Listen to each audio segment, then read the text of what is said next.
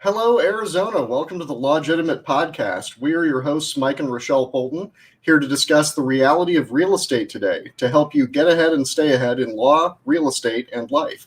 Today's show is brought to you by Realty Executives, the AZ Own It team. That's us. Residential and commercial, sales and consulting. You can find us online at azownit.com or call us at 480-400-1297. With us today, we have Erin Alvarez from Western Alliance Mortgage, and we have Robert W. Jones from iNetrepreur. And we're going to talk about the reality of the real estate market today, just a little free-form discussion. And let's go ahead and get started with Erin. Hey, guys. How you doing? Hey, thanks for coming on our show, Erin. I mean, we've known each other for how many years now? So tell everyone why you're so awesome. Yeah, it's been a few years. I'm excited. I've been seeing your guys' show, so thanks for having me. Glad to have you here. So what is it that you do exactly for those who have not known you for years? So I'm a local lender, mortgage broker here in town. So, we help people finance, buy homes, refinance homes here in the Valley. Very cool. So our audience is variable. We've got people from experienced investors all the way down to people who have not yet purchased a property. How do you fit into the whole mortgage and real estate ecosystem? And what makes you different than like going to Chase to get a home loan? Oh, we're so different than that. But yeah, I would say the main thing is our rates are right now we're a lot lower than what I've seen most banks out there. So we're pretty much beating everybody right now that we're going up against. So we have no lender fees, and I'm typically seeing our rates at least a quarter to half a point lower than a lot of these banks. But what's the business arrangement? How do you do lending versus how does it work when somebody goes to a bank to get a loan? Okay. So as a broker, we're able to place you with multiple different lenders. When you go to a bank, you're pretty much going to be captive to their products, their pricing. We're able to shop around multiple different lenders and get you the best rate and the best product with the lowest fees.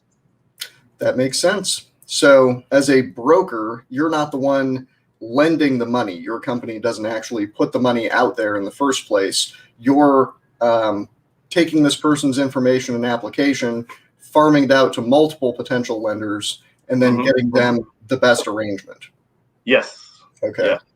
So what about people who are buying for investment? Is there a different approach if somebody wants to buy 5 or 10 houses or is looking at apartment buildings? Is that something you can help them with?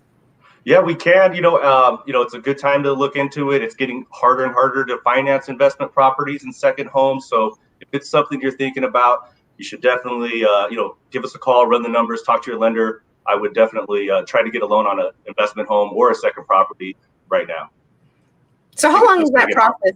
How long does the process take typically for someone who is buying their first property? So, for the entry-level buyers buying your first property, 30 days or less to get pre-approved, to run the numbers to see if it's a good time for you to buy, because not everybody, it's the right time for them to buy, and for us just to run those numbers and see if it's right, that just takes that's just a quick phone call, and we can typically have those numbers for you right there on the phone or within 24 hours. Awesome. How long is it taking to actually close on loans, and are you seeing delays these days, or are most deals going through successfully? Most deals are going through successfully right now. We are having some issues sometimes with appraisers, depending on what market it's in. But overall, as far as getting them underwritten and through the bank side, getting them approved, we're seeing really fast approvals right now. And we're averaging 18 days on our closings right now. So we're able to close really fast. It's a great time to run the numbers if you're thinking about it. So you mentioned having some issues with appraisals. One thing that we hear a lot of people talking about these days is houses selling well above the asking price, with people just throwing extra cash at the property. Like $100,000 over asking. Yeah, a little bit. What are the dynamics of that with lending? Has the lending side of things adapted to that sort of market behavior, or is that causing problems?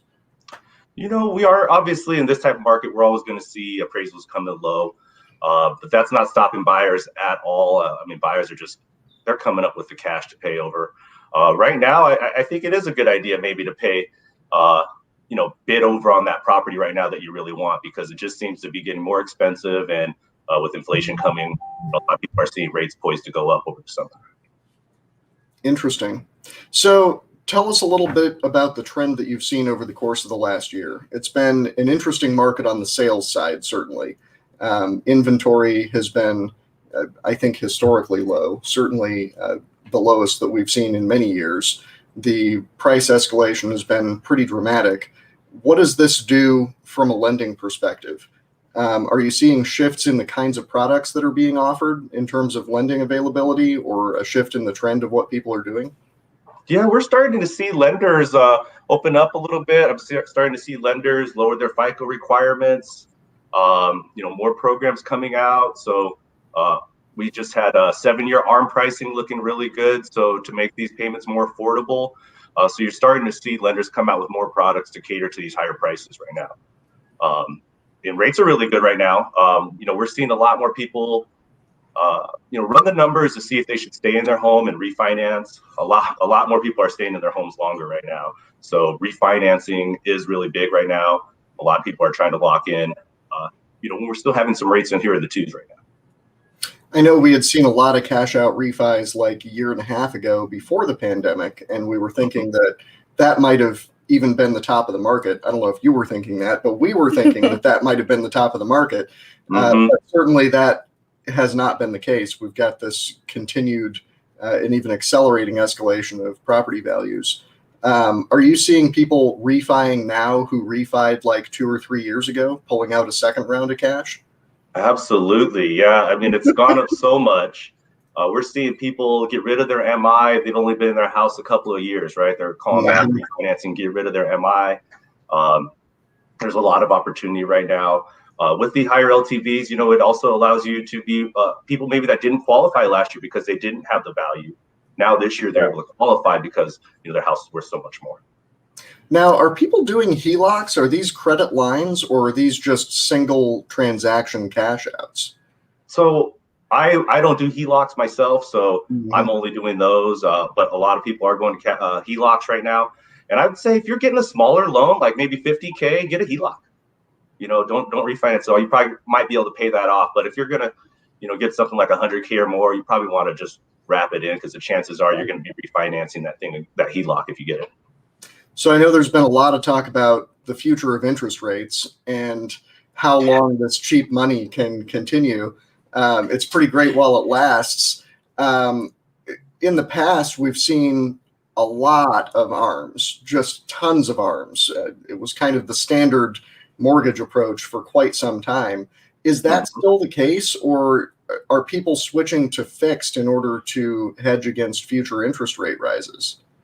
I think it's really their perspective. We're seeing most people these days with the rates so low take 15, 30-year fixed. We also have those smart term loans where you can do, like, let's say you've been in your house 7 years and you don't want to reset your term, but you want to take advantage of these low rates. We can do 23 to 24-year terms. So we are seeing people take advantage of that a lot right now. But overall, ARM pricing is coming back. Like, check out a 7-year ARM today. If you're buying a house and you don't plan on being in that house for more than 5 years, check out a 7-year ARM right now. It's, you're going to save some money on your payment. Yeah, that does make sense. That's a good point, that if you're not going to be holding it past the initial locked term, there's no reason necessarily to favor a fixed over an ARM.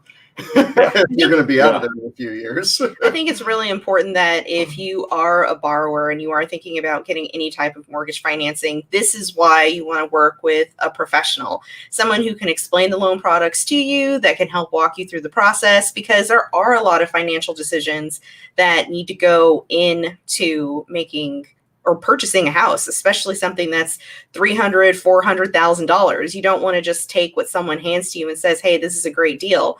No, you need to find out what your options are and see what makes the most financial sense for you. Exactly. Yeah. A lot of us, I don't know about you guys, but a lot of myself during the last downturn, last crisis, I was really affected by that. So I know there's a lot of people on the sidelines. Maybe they don't want to refinance their loan because they're worried about whatever is going to happen. It's going to happen again. And this is a great time to run the numbers, because I think this market is a lot different than the last market. So a lot of people thinking we're going to have a bubble burst or something. I just don't see it right now, because the people that are getting the loans are actually qualifying them. They can show the income to qualify for these loans, which wasn't the case. Yes. What are your thoughts on that? I mean, I agree, absolutely. We had been of the impression for several years that we were headed towards a bubble burst, or at least a correction. Maybe not a crash the way it happened in 08, 09, but at least some kind of a substantial correction. And we even had plans to capitalize on a 5 or 10% reduction in property values to acquire a portfolio. And at this point, I think we're pretty comfortable saying that's not going to happen the way we expected it to. Right. I'm interested to hear, and you mentioned that people are really qualified for these loans this time. Aside from that, what are the factors that are going into your impression that we actually have a stable market situation here rather than a bubble that's ready to pop? No, well, right now, obviously, the inventory is so low, right? I mean, any homes that come onto the market just get gobbled up.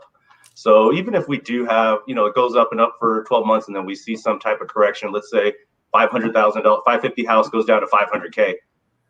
With how many people are moving here, I just see those houses getting gobbled up because inventory is so low. Yeah. I don't see a big release of foreclosures coming because all the people that are on forbearance, they're just going to get that money that they haven't been paid. It's just going to get put back to the back of their loan. So most people have equity right now. So I don't, they're going to find a way to hang on those properties. And the introduction since, the last recession was the loan modification.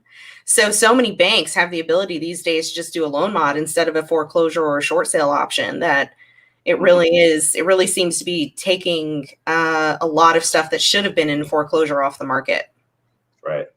Absolutely. I think that's an important distinction between right now and back in the last crash. Back then, people were leveraged to the max on their houses, and the price escalation sort of tapered off, and then you ended up with people who didn't have much equity at all, and then also ended up in default because of general economic conditions being poor. Here, we had poor economic conditions last year, but we're headed into what appears to be an economic boom. People are employed, and as you said, Erin, people are qualified for these loans. They've got the income. So even if some percentage of homeowners are technically in default because they weren't paying, the banks don't really have an incentive to foreclose because there's plenty of equity in that property and the borrower is going to be able to pay it. So there isn't really a whole lot of incentive on either side to head towards an actual foreclosure situation. And in the past, we had the zombie foreclosures where they were holding off actually going through with the proceeding for a long time and then suddenly doing it. Yeah. But this time, those incentives don't really exist either here. The incentive is simply for the bank to make a deal to tack unpaid payments back on to the end of the loan and modify it, and then everybody gets paid. The money is there and everybody gets paid. Yeah. We do not end up with a bunch of people getting kicked out and a bunch of houses getting sold at auction. Yeah, which goes back to if you're a seller right now, look at those numbers. You're going to get everything you want, and if you're especially for entry-level buyers, I just see that monthly payment going up, even at let's say, prices go down, interest rates are probably going to go up. So, I mean, if you're an entry-level buyer, and you can get into a property, it may not be your dream home, but if you can get into a property now and then move up later, that would be probably the best play, I would say right now, because I think entry level payments are just going to keep going up too. Yeah. Yes. And maybe if you're an OG, you got a lot of equity and you're selling, you're different, but entry level first time buyers need to try to get into something. Yeah. I think on the seller side too, if you're thinking about wanting to move and you're waiting for the market to adjust so you can, buy a house for less than what you're selling your house for, that's probably not the way that's going to go. No. You may be better off just going ahead and selling and then buying something now and watching it appreciate as well. Because some people sold and decided they would rent for a year to see when the crash happened, and it just didn't happen. It's a good time to just run the numbers. I mean, we can run people's numbers, a lot of times with just different scenarios to see if it's worth it for them. And right now is a great time to just get off the sidelines and at least run the numbers. May not be a great time for you to buy. Maybe you shouldn't even buy a house and you should continue to rent, but at least we can, address that now before prices keep going up. I like it. So how can people contact you to help them run those numbers? So my Facebook page, it's was it / Erin Alvarez Home Loans, I think is what you should give them. So it's Western Alliance Mortgage on Facebook. And one cool thing I just wanted to throw out there before my time's over, we wrote a book. So we made a book about mortgages and how to buy a house here in Phoenix, Arizona. It's kind of like an insider's guide to the mortgage process. So, we'll be giving out that. And it's really just, our goal is to just talk to consumers and buyers like in ways that they can actually understand the mortgage process and not be confused. And that way they can make the right decision for themselves. Love it. Excellent. So everybody check out Erin Alvarez on Facebook. He's a great resource if you're looking at doing any kind of lending on real estate. Certainly my go-to guy to talk through real estate finance issues, and a resource that you should use. Thank you so much for being on the show. It was good seeing you again. Thanks, Erin. And with us, we now have Robert Jones with iNetrepreur Network. Robert is awesome. And this segment, we're talking about community events and iNetrepreur Network and is the art of connection. So Robert, tell us about you and your organization. Well, I just want to say first, thanks, Rochelle. Thanks, Mike, for having me on the show today. And I love what you're doing. I believe that, the more access that we can have the knowledge and access to knowledge that we can actually implement in our business and our lives. I mean, that's so important. And, a lot of what we do in the iNetrepreur Network is the same thing. We believe that for people to change their lives, they need to be around quality people. They need to have quality information, and they need to have a lot of inspiration. And that's what we help to do with those who are in our community. And, what really touches me right now is, talking about real estate. A lot of people think of, Network Together, what we once were. And that was a networking organization, which helped, business owners learn, earn, and learn how to earn. But we found, through COVID that, we could do so much more as an organization or as a community. And, instead of like kind of being an ostrich and putting our head in the sand and saying, let's just pack it in, we actually expanded out.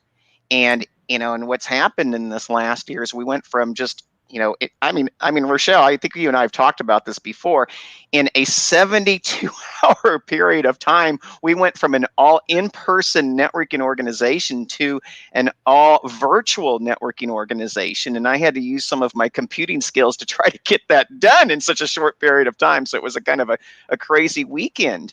But what we found is no matter what happens, whether it's COVID or technology, people all basically want to find the same thing, and that's relationships. They want to derive it from clarity, and they want to have great service. And, that's what we do in our iNetrepreur community. And one of the areas that really interests me, see, I like to talk, Mike, so here I go, right? is real estate. To me, is such a powerful place for an entrepreneur to be. I don't care if you're an accountant or a landscaper or you do digital marketing, etc.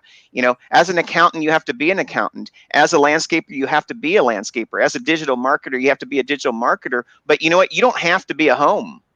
And that's what I love about real estate. You don't have to be a home. You need to create a world-class team and find out where to fund. You need to know about the law and be able to find, buy into great properties. But I feel like from an entrepreneurial perspective, what a time in history to be in this marketplace to both grow your business and to grow your portfolio in real estate right now. I think you make a great point there about real estate being different than a lot of other fields that you see people going into as first-time entrepreneurs and small-time entrepreneurs. Often people like us are in a professional field where you are the work and you do the work. And that's great. It's a good way to make a living, and it's a good way to run your own business. But there's an inherent limit to how much you can do. And it becomes a very different line of work when you are doing a professional services business where you as the owner are not delivering the services yourself. That's a different approach to running a law firm, a different approach to running any kind of a professional services business. In real estate, though, that's always how it is, because you are not the house. It's a product being sold, very much more like a retail type business or even a wholesale brokerage type business where you're selling a physical product made by somebody else. And real estate gives you a little bit of a mix of both worlds. And it lets you engage with a lot of professionals doing a lot of head work, a lot of thinking and analyzing and deal structuring. But you yourself are not the product. You get to deal with products that already exist, and you're going out and finding them and finding buyers. It's one of the things I really like about it.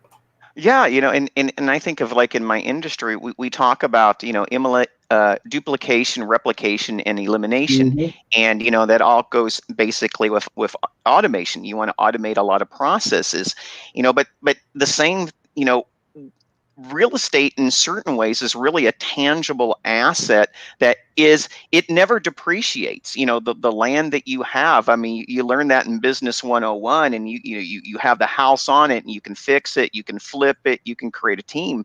And I found here recently, we have a real estate academy within the iNetrepreur Network.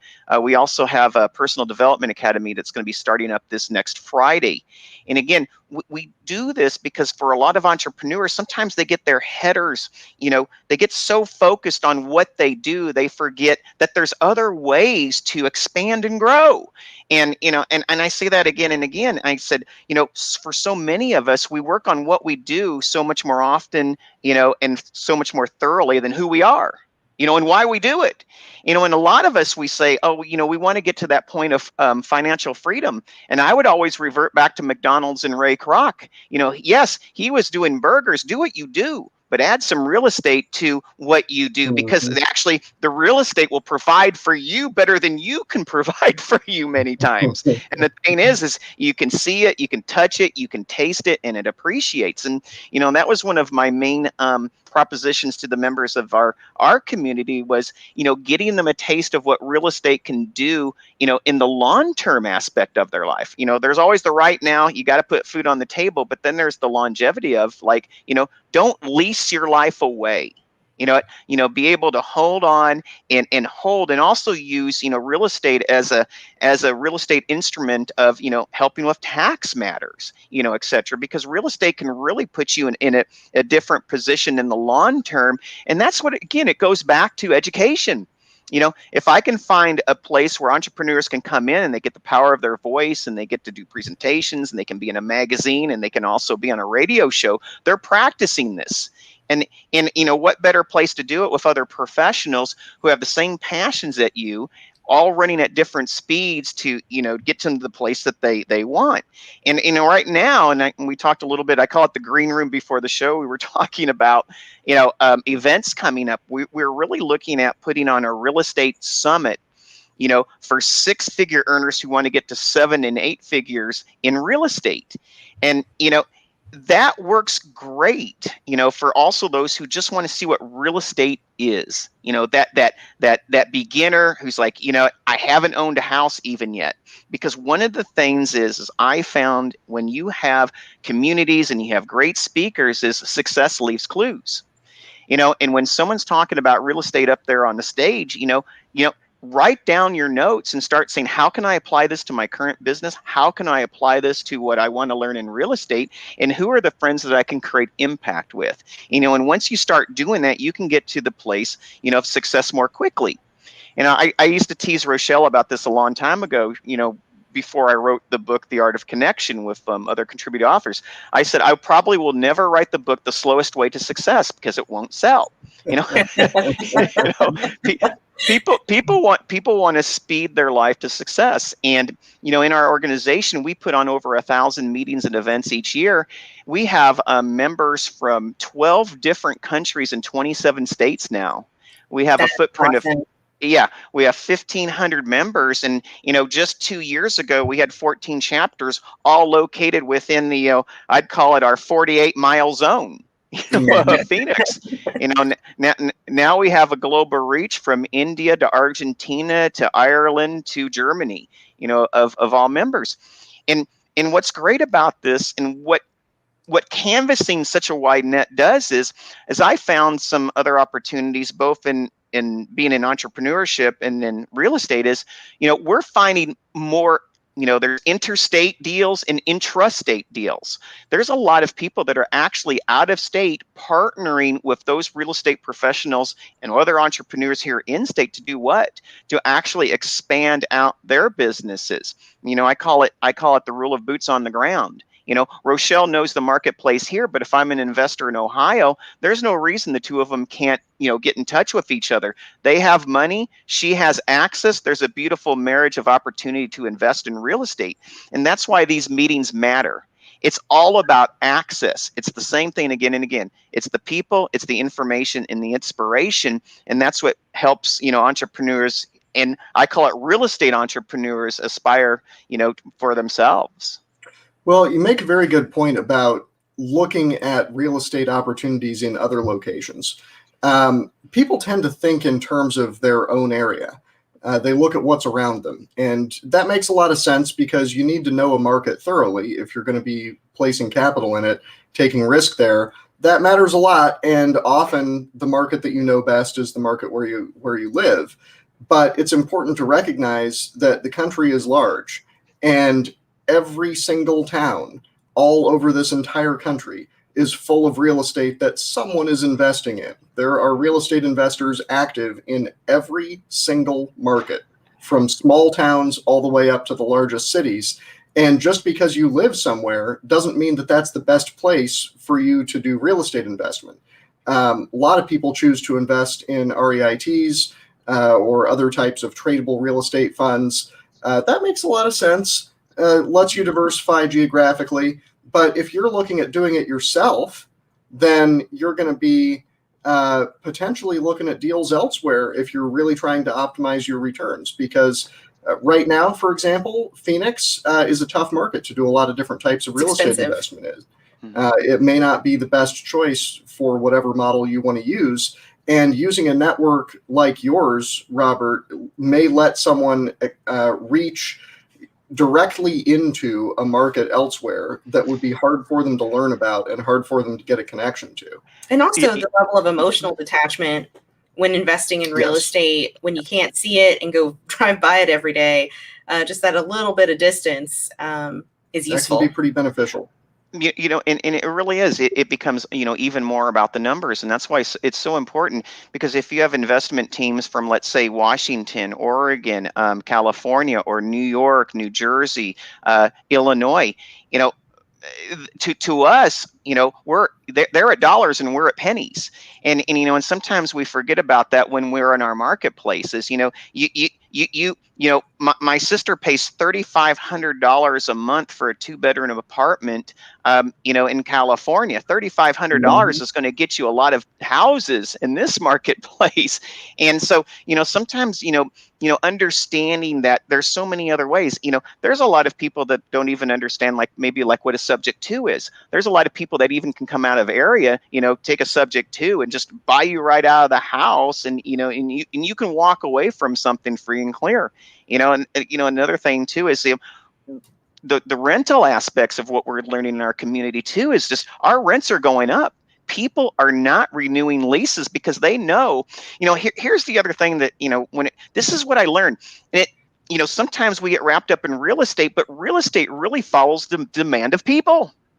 I mean, it really does. It really follows the demand of people, so if I'm in Chicago, Illinois, and I'm paying, my business is failing, it's very expensive, legally speaking, there's too many laws keeping me from maybe, certain hiring practices or certain ordinances and certain taxes. What are a lot of them doing? A lot of them are actually, either relocating both themselves and their businesses here, or there's even people who may be working for firms in Chicago and New York, but they're living here. And renting, and so we're seeing dynamics because of COVID that we've never seen before in real estate, and it affects the pricing, and it affects the the rates, and it affects the way that we can be creative for our financing of houses. Some people aren't even going traditional routes. We also work with people who do block buying, which is a certain form of a crowdfunding. And I see a lot of that happening in our communities. And again, we teach our entrepreneurs, use real estate as a part of your overall portfolio of success. Sorry, go ahead. So when is this event taking place? Well, we are looking at having the event coming up at the end of July, and we're going to call it the Real Estate Success Summit. Turn your six-figure business to sevens and eights.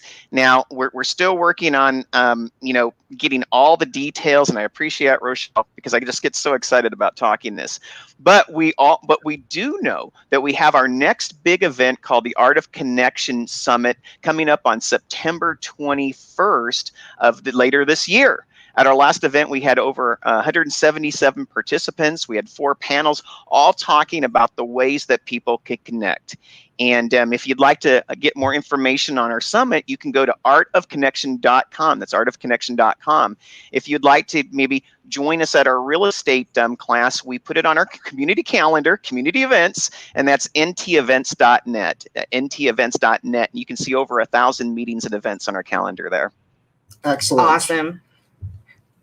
Well, thank you so much, Robert, for being on the show. And thank you, Erin, for being on our show as well. It was great to have you both. And thank you to our listeners and our viewers. You can catch us later on YouTube, or you can listen to any of our past episodes on Spotify. Thanks for joining, Phoenix, and we'll talk to you next time. Thank you, guys.